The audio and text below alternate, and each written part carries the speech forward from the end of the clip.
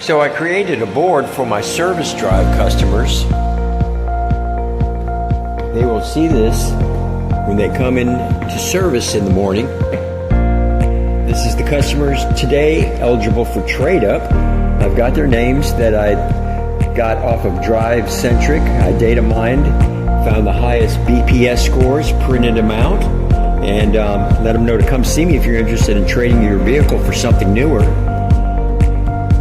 These are the vehicles with a top trade-in value.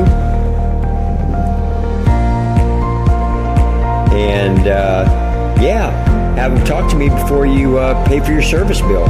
And then put my number down there with my email. So we'll see how that goes. It is November 3rd. And I'll check back with you in a month. Let you know how it goes.